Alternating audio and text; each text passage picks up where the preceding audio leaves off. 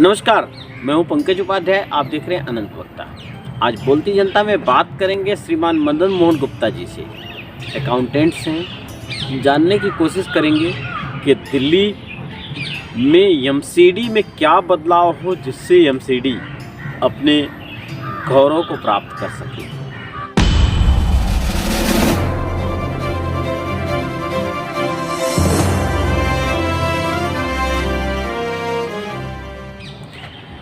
नमस्कार, अनंत वक्ता के श्रोताओं को मैं आज दिल्ली नगर निगम और एनडीएमसी दोनों में क्या सुधार होने चाहिए इस विषय पर गांधी जी के दृष्टिकोण से अपने विचार प्रस्तुत करूँ। गांधी जी ये चाहते थे कि विकेंद्रीकरण हो सत्ता का और जनता अपने हित की स्वयं एवं रक्षा करने में सक्षम हो।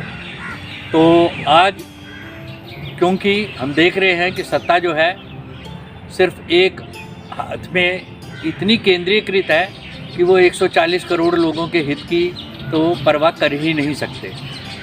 तो हमें क्या करना चाहिए?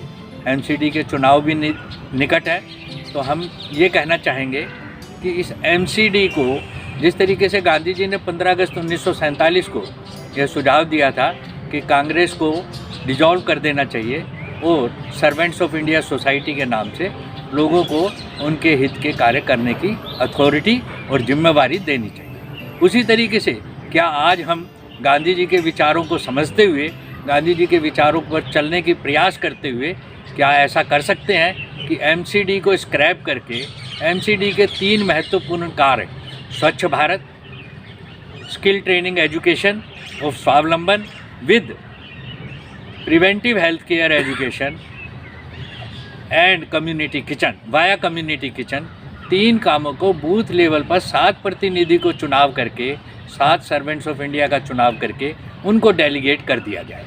और इसके अलावा जो एमसीडी के काम है हाउस टैक्स वगैरह कलेक्शन का, वो काम राज्य सरकार को दे दिया जाए ताकि वो भी एलजी की पावर के कारण अपने आप को असहाय सा फील कर रही है, उसको भी कुछ काम मिल जाए और वो भी देश की जनता का, दिल्ली की जनता को न्याय और भला कर सके।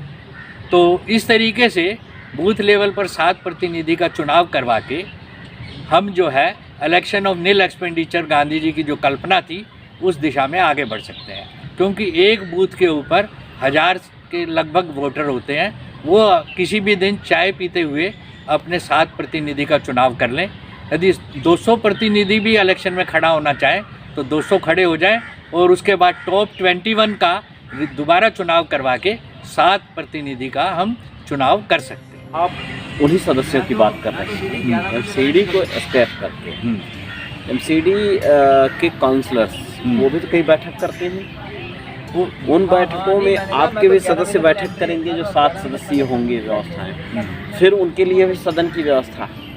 मामला ऐसे ही नहीं हो जा रहा है। सत्ता का विकेंद्रीकरण तो सरकार ने इसी तरीके से किया ही है। हम ये कहना चाहते हैं कि 7 आदमियों को रचनात्मक कार्य करने की डिसीजन टेकिंग की अथॉरिटी होनी चाहिए। इस समय यदि कॉरपोरेटर लेवल पर कोई भी कार्य किया जाता है तो टांग खींचने वाले ज़्यादा होते हैं और रचनात्मक दिशा से वो विध्वंसात्मक दिशा में चला जाता है। यदि हम बूथ के लोग अपने ब्लॉक को, अपने बूथ को अपना समझते हुए कुछ रचनात्मक काम अपनापन समझ के करेंगे तो वो ज़्यादा सक्सेसफुल होंगे। कॉरपोरेटर तो अपने बूथ के पूरी जानकारी भी नहीं रखता और वहाँ पर किस तरीके से पानी को, ड्रेनेज वाटर को कहाँ किस तालाब तक पहुँचाना है, तालाब में किस तरीके से ग्राउंड वाटर रिचार्ज करना है और किसको, उस सब मामलों में डिसीजन लेने में अभी असमर्थ रहता है।